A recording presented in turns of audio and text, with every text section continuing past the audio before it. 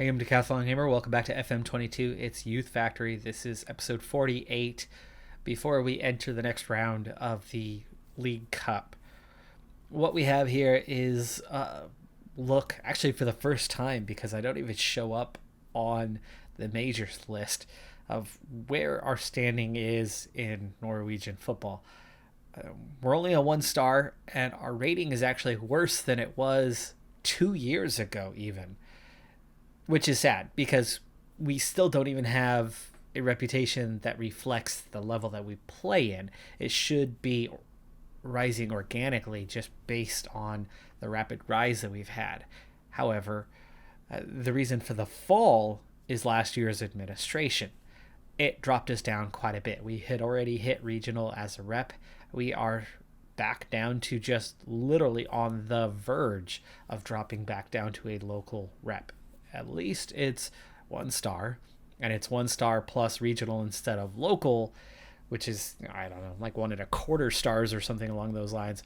But it's still pretty bad. And the only hint of same level competition around us is Sandefjord, which then makes a certain amount of sense as to why, despite having the best team a couple of years ago and still a pretty dang good team last year at our level, unable to promote out, why, despite all of that, they were still both years picked to be a relegation favorite.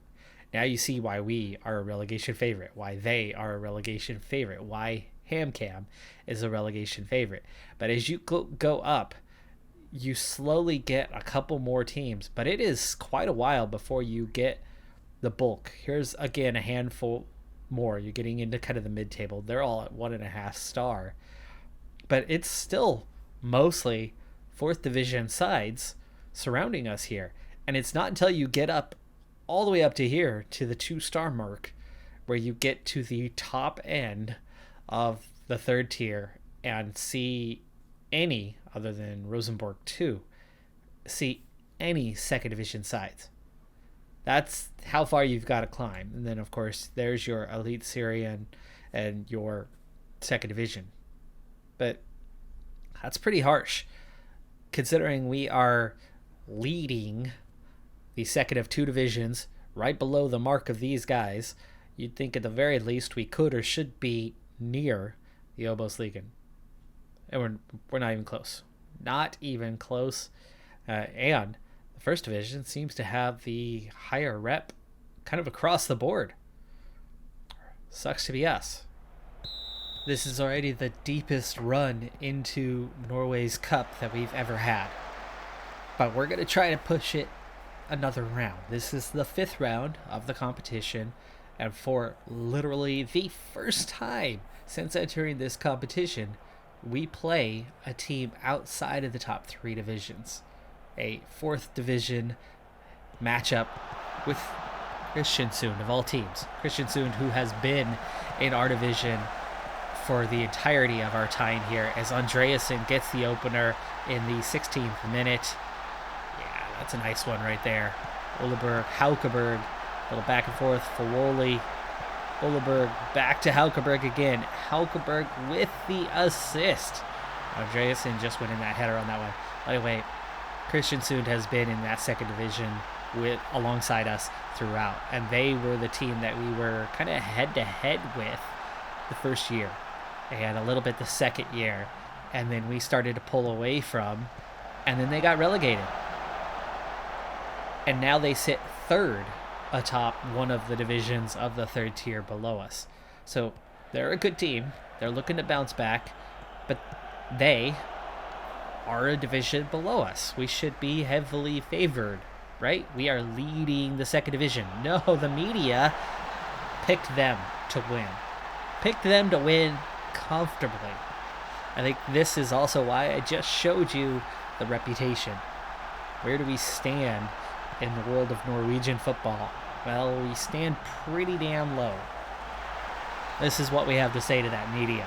It's 2-0. Now, for me, this game matters. This game matters a lot. Here's why. 2 reasons. 1, chance to build that reputation up a little bit. 2, make money. We're a club that needs to make some money. We've known for a long time that finances were a big problem and at some point would have to be dealt with.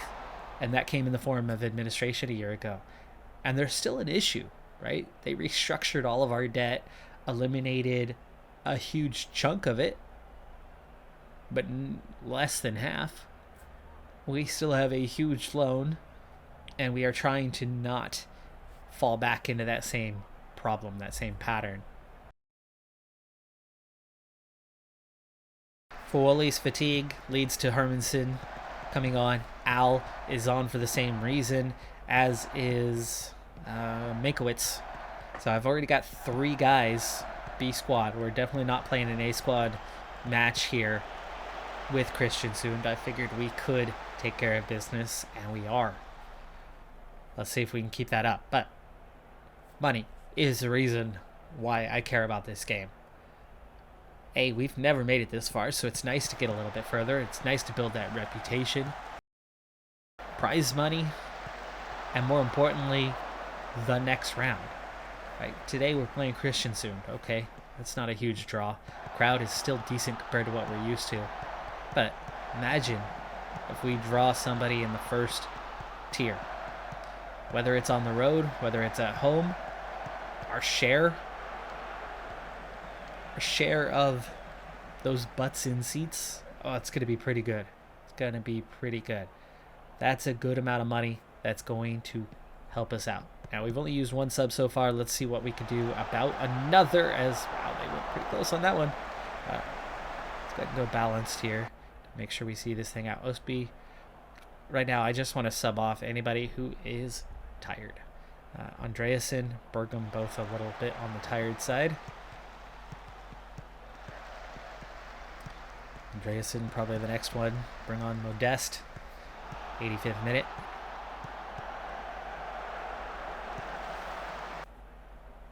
So this should have a decent little windfall in the cash department as we enter the 89th minute. Looks like we've got this thing secure.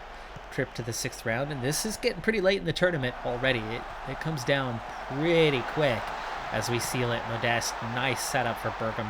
Great pass there across the box.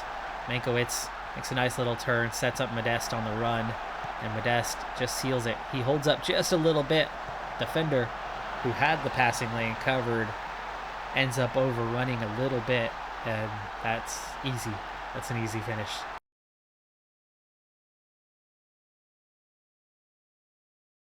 And we decided to make it 4 before this thing came to an end. 1 goal just before stoppage time, 1 in the dying moments. And this looks very comfortable now. That was just good play. Minkowitz is just standing there. He's not even making a move. He just reacts faster than the defender. And it's Christopher Al with the assist. Weakest player, just about the weakest player we have in the squad now. But he seems to always find a way to still contribute. And we pick up at the halfway point of the season. 13 matches played, 11 wins. Just 2 losses. Not even a single draw so far this season. The only other team who has done that is Nordstrand. And for them, well, they're not doing so hot. Plus 22 goal differential overall. Significantly better. In fact, more than twice what second place Strømsgodset has done thus far this season. But it's still only a 5-point advantage. I mean, we are not significantly ahead. We're not running away with this title. But we are definitely ahead, and that's good. Also, meanwhile, in the Norwegian Cup, we're into the quarterfinal. There's been another round played. It happened accidentally. There was nothing on the calendar about the next match. And all of a sudden, I simmed 3 days, which included one of our games, and the couple days following it, and then all of a sudden, not only did we have our league match, but we also had the next round, the 7th round of the Norwegian Cup. Oh no, but we won. And amazingly, after having nothing, no draws that had ever seen us against a lower division, All of a sudden, we had 2 in a row. Sola, FK play in that 4th tier just below us. We haven't drawn at home. We hadn't drawn that next division down. And all of a sudden, we ended up with back-to-back rounds. All these years, all, hasn't been that many, but enough. Enough to not be a coincidence that we've been away and we've been at top 3 divisions in literally every draw in every season since we have qualified for that tournament. Until now. Until these last 2 rounds. Until this. Well, we finally finally had home draws, which have so far been 5 straight this year.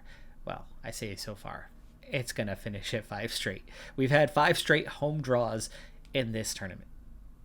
That by itself is complete opposite, as literally every draw we had previously was away. And in total rounds played over the course of how many years? It's been, 7 away draws? From 7. Now we've had nothing but home draws this year, so it's weird. It's weird how this has been. We had nothing but top 3 division draws, and now all of a sudden we're looking teams on the outside. I'm dumbfounded by how completely the world is not black or white, right? The world is very much gray. It is very much a blend. There isn't good and evil. There's human beings making decisions, good and bad. Anyway, point being here, next up for us, we have Rosenborg. So where we've lucked out in the previous round, the last 2 rounds anyway, finally getting some decent draws and pushing deeper than we've ever been in the tournament, now we have Rosenborg. Now here's the thing, we're not going to beat Rosenborg. They are the defending champion in the Elite Syrian. They are on top of the standings right now, or at least last I checked. It's going to be a while. It's a couple months from now when we play that tie, and it's the quarterfinal, which is awesome. We're not going to beat Rosenborg in the quarterfinal. They're not going to put a C team out against us playing the quarterfinal of the tournament. If it was a couple rounds ago, they might have, and we might have had the tiniest chance, but not in the quarterfinal, right? They're going to play their A- or B+ team at worst. It's going to be a challenge, and it's going to be a challenge that's beyond our level. But here's the thing. We're at home. I'd rather be on the road, actually, because I think the finances would work out a little bit better on the road, but not necessarily. But we're at home. It's the quarterfinal of the Norwegian Cup. You can guarantee a club of their size, the away fan section is going to be at max capacity. The home section, hopefully, being that it's the quarterfinal, being that it's the biggest club in the country, or at least at the time being, hopefully we could just about fill the stadium out for that. And, even if it's only about 5,000, that is going to be a nice financial windfall for the club. All right, back to the league and what's going on there. We are still suffering the effects of last year's administration. Even though we didn't get punished in any major way, the one big way that we got punished was the club reputation. It lowering has definitely dropped off the fan base quite a bit. I mean, we were 1,000 plus, and now we struggle to get 950, but we're closing back in on 1,000 in the league. I mean, we're at 994, 955, 993 over the last few matches. We had a lot of home matches last month. We had a really good month. We've only had 2 losses, Randheim, and a shock one to IL Express. This is like our bogey team right now. They are near the bottom of the standings, and we lost to them last year. We're losing to them this year. All we ended up with was a penalty, and we still lost 2-1. Of course, it was a draw until stoppage time, so that was a disappointing collapse that we didn't at least come away with a point. But hey, 2 losses in the league at 11 wins is a fantastic start to the year. Next up, though, Stromsgodset. So let's go ahead and get to that match, and see if we can start the second half opening a gap between us and second place. Ostby suspended for, I think, yellow card accumulation. Let's see. Yeah, just yellow card accumulation. We'll see if that impacts this game a little bit, or if we can come out of this thing. If we come away with 3 points, boy, oh boy, I like our chances this season of going up. Hermansen is the one I have in for Ostby. So Hermansen, for me, is kind of that alternative to Andreasen on the left side. But he's actually a center mid first before he's a left mid. So this is the first time that all have played him in the position, but I do believe that the assistant manager has been picking him over Uleberg more often than not. Uleberg being that new 15-year-old wonder kid that has taken the team by storm. Well, wonder kid to our standards anyway. Also absent today from the bench anyway is team captain Melvin Jakobsen. Jakobsen with food poisoning picked up a couple days ago. Andreasen makes it 1 inside the first 2 minutes. Ooh, nice play there as well. Lovas. Bergam. Great find from Bergam, because that is not the easiest angle on that pass to get that out in front between the 2 center backs and beyond the fullback, and not in the path of the keeper, where the keeper has a chance to play it. I mean, that is well timed, well placed. Here's a corner. Bergam lines up for it. They clear it away. Uleberg recovers it, sets up Haukeberg, but blasts it into a player who was quickly escaping the box on that one. All right, so how are we looking so far? Now, I do have some fatigue in the legs of about 4 players. Jonas Gay, I think, was the one who appeared the most tired pre-game, and that seems to be the case with especially the extra running that we tend to do on the flanks. He is looking the most tired right now. He will definitely not see out this game. He won't be able to play 90, but I would imagine we can get about an hour out of him. Ooh, had a chance on the through ball there, but Bergam had his back and could not make the turn. This time he does. Andreasen called for offside, but he was definitely not offside. That was a poor call, but doesn't matter, as he had blasted it very, very high. That one stack a goal on the goal, and that thing was still nowhere near. But we've had 4 shot attempts, 2 there, 1 here in the first half. 0.03 is their XG. Really, both teams not able to produce much. Most of our XG came from the goal there in the 2nd minute, and otherwise that was a very quick cruising towards halftime. Andreasen and Gay looking like the 2 that will need early replacements in the second half, but we do have Hermansen to push out there, and then Calzi or Pena on the bench to go in place of Hermansen. And second half underway. We begin this half with possession. Hermansen with the silly mohawk does stand out. He's easy to pick out in the team with that. Nothing wrong with a mohawk if it's your thing, personally. I do find it a little bit silly. All right, here is their best chance of the day so far. They get a really clean look on that one as they get away. But as he retreated to far post, that retreat took all the power out of that shot. Moen had to dive pretty hard to get to that one, but still makes what ultimately is a comfortable save. Oof. Dangerous ball in. We clear that one out. They are definitely looking at a different team here in the second half. Much more threatening than the first half. I think we're going to have to change tactically here momentarily. Otherwise, we very much run the risk of... There we go. We get that one away. Let's drop to balanced and see if we can regain a little bit of control. Get behind the ball a little bit more. Fuoli's starting to look a little bit tired. Oof. We have our first dangerous moment in the second half. Uleberg's going to lay that off, but we get a second chance here. And there's Bergam inside, not offside, though that was close. Lovas into the corner. Great placement on that ball. Not a ton of power on it, but enough bend and dip on that ball. That is able to beat the keeper. Bergam just onside there, but he was on.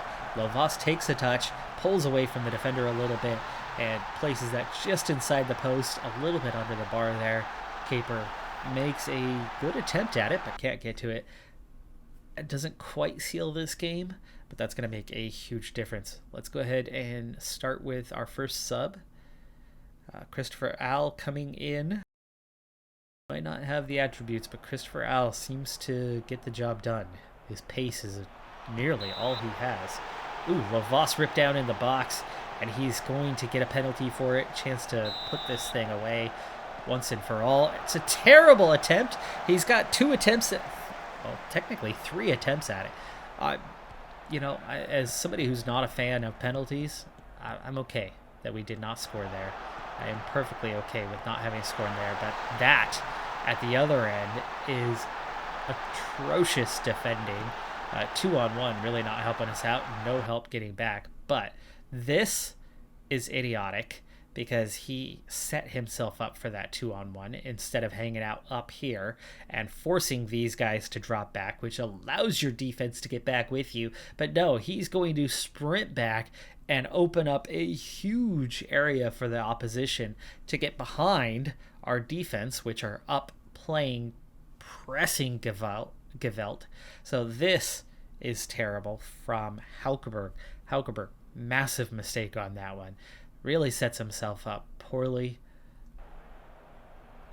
And then he can't decide whether to go after the man or to get this guy. And then after deciding, oh wait, no, I'm not going to go this way. I'm going to defend this guy. Look how bad this is. He lets him get on the wrong side, and then he gets behind him, and then look at that. I have 5 guys retreating. Now I've got 3 chasing the ball. I have 1 who's already gotten back, already turned forward to see that there's literally nobody around him.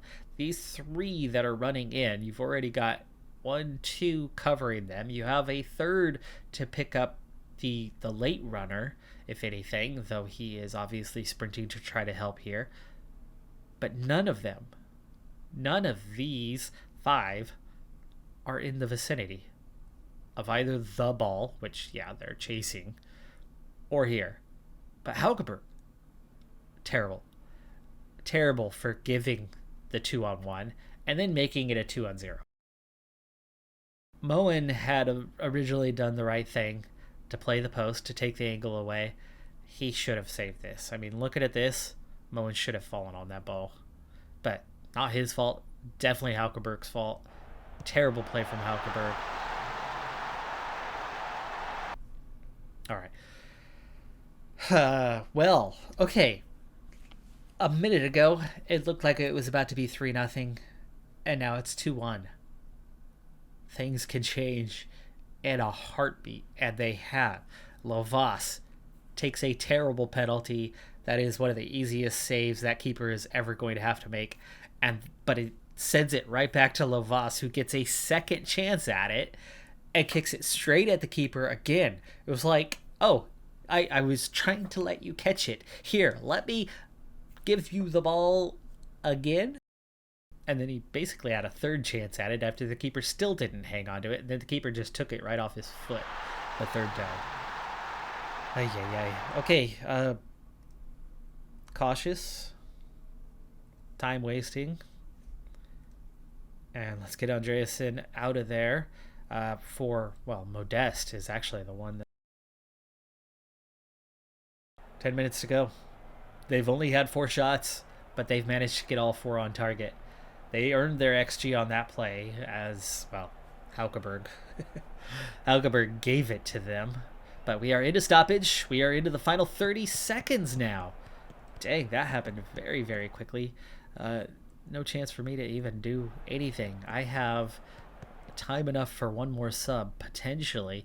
Bergam looks tired. Let's go ahead and bring on Minkowitz just to seal this thing, if there's any chance of that here with 13 seconds. I don't know if there was any slowdowns during the first 4 minutes of stoppage, as we just went from 70 to 94 plus in the blink of an eye. it ends up being enough. We went from comfortable to scary to, oh yeah, it's over. That was the last anything. Look at that. There was only one more accumulation of XG at all after that goal. They had nothing. They had no more attempts. That was it. That loss bumps Strømsgodset out of the top two. Asker back into the top two for now on 29 points. For us, that means we now have a gap of 7 points, a goal differential gap of 13, and one less match to play here in the season. Wow, words this morning are a bit of a challenge. Okay, 12 matches to play. It's not a lot, but 7 points, 12 matches, that's plenty of time to make up that sort of gap. So this thing is far from done yet, but we have made some serious progress as we entered the second half in good fashion. That's going to do it for this episode. I'm Decathlon Gamer. Like, comment, subscribe. I'll see you next time. Have a good one. Be safe out there, and bye for now.